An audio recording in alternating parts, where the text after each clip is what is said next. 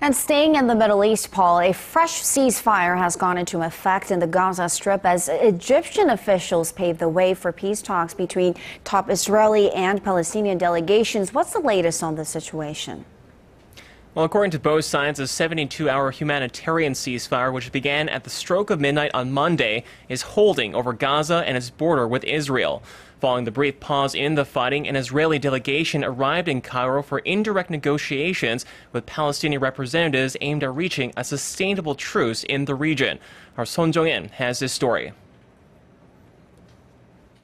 Israel on Sunday accepted a new Gaza ceasefire proposed by Egyptian mediators. Earlier in the day, the Palestinian delegation in Cairo, which includes Hamas, also said it accepted Egypt's call for commitment to a 72-hour ceasefire and to resume talks on a more comprehensive agreement to end the fighting.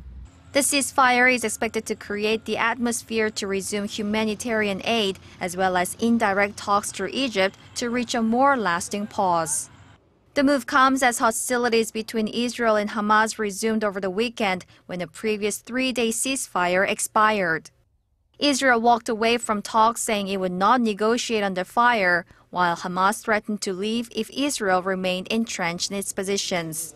The Egyptian Foreign Ministry said the new temporary ceasefire was intended to facilitate the flow of humanitarian aid into Gaza. It also urged both sides to use the truce to resume indirect negotiations immediately and work towards a complete and permanent ceasefire agreement. The over month-long conflict has so far left nearly 2,000 Palestinians dead and 10,000 injured.